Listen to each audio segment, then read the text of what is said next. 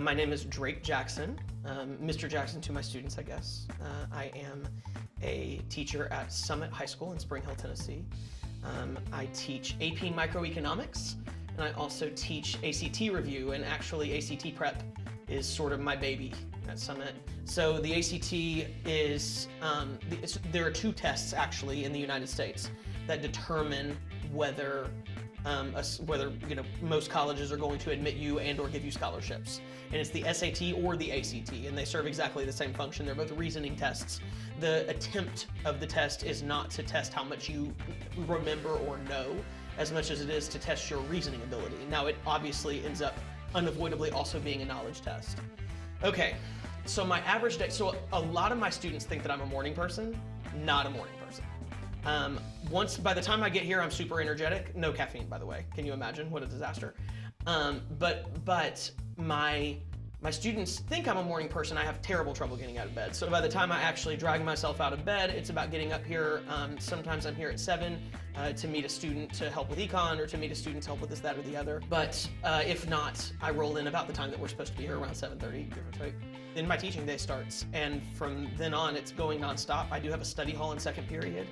So I teach ACT Review. I have a second period study hall.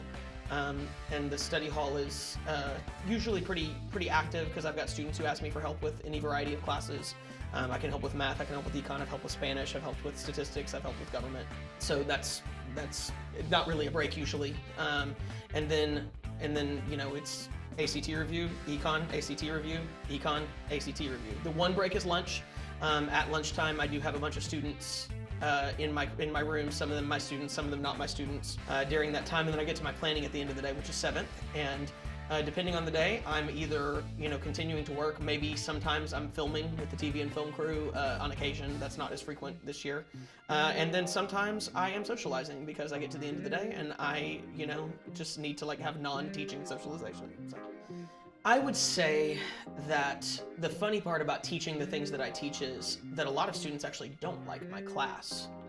They like the environment of my class, the vibe of it, if you will.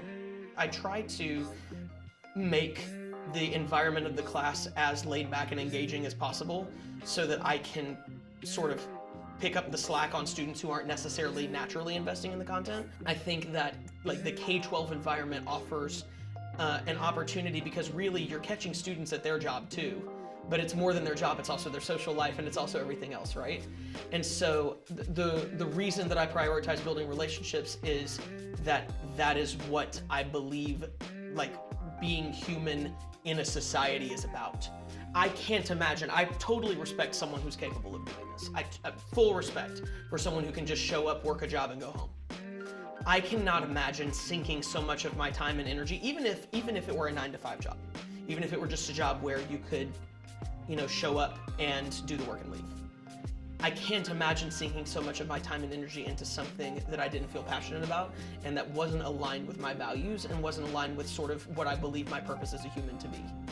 When it comes to relationship building, I do feel like I'm probably 99th percentile there. It's difficult to say I'm the best, right? Because relationship building is an art, not a science.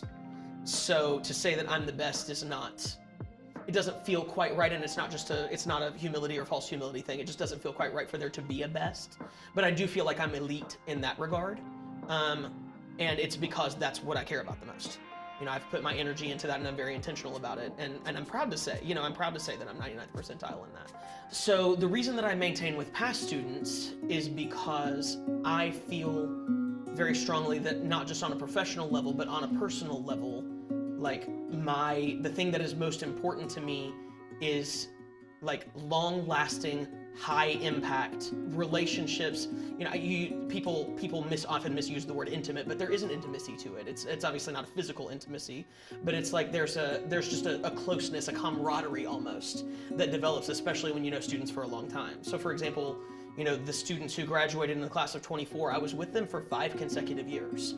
And there's a group of students in that class who I genuinely consider to be my family. For all intents and purposes, they are my cousins, my nephews, my nieces, and it has been, one of the coolest privileges of my professional life that it didn't just have to be my professional life. I think that it would be naive to think I leave an impact on everyone, that I interact with regularly. Obviously, I think an impact on everyone you interact with in passing would be wild. I think that it would be naive to say that I leave an impact, for example, on all of my students. I don't think I leave an impact on all of my students, unfortunately. I wish that I did.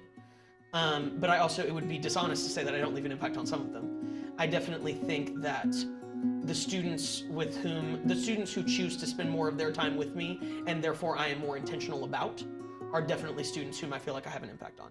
I also sometimes am pleasantly surprised that I've had an impact on students that I didn't realize I was having an impact on, As a teacher, the most important thing to me is that people remember that I cared about them.